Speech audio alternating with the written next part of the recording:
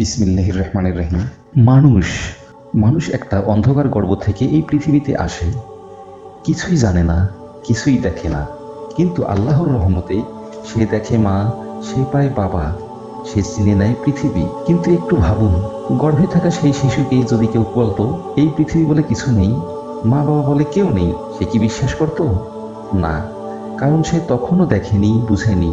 ঠিক তেমনই আজ যারা বলে আল্লাহ নেই, আখিরাত নেই, তারা আসলে সেই গর্ভের শিশুর মতোই, যারা এখনো দেখেনি তাই অস্বীকার করছে।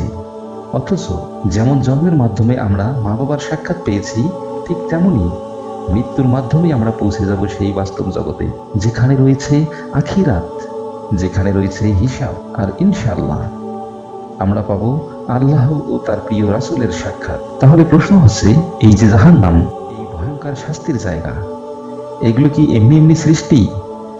না, কখনোই না। জাহান্নাম তৈরি হয়েছে অবাধ্যদের জন্য, অস্বীকারীদের জন্য, যারা সত্য জেনেও মুখ ফিরিয়ে নেয়, যারা আল্লাহকে অস্বীকার করে অহংকারে ডুবে থাকে। আল্লাহ ন্যায় বিচারক, তিনি কারো প্রতি জুলুম করেন না, কিন্তু যারা নিজেরাই সত্যকে অস্বীকার করে তাদের জন্য রয়েছে কঠিন পরিণতি। তাই এখনো সময় আছে চোখ খোলার, হৃদয় জাগানোর, নিজেকে প্রশ্ন করার, আমি কি সেই গর্ভের শিশুর মতো অন্ধ থাকবো, নাকি সত্যকে চিনে নেব? হে আল্লাহ, আমাদেরকে হেদায়েত দিন, আমাদেরকে আপনার পথে চলার তৌফিক দিন, এবং আখিরাতে আপনার ও আপনার রাসূলের সাক্ষাৎ দান করুন। আমিন। ভিডিওটি ভালো লাগলে শেয়ার করুন, ইসলামের সত্য বার্তা ছড়িয়ে দিন।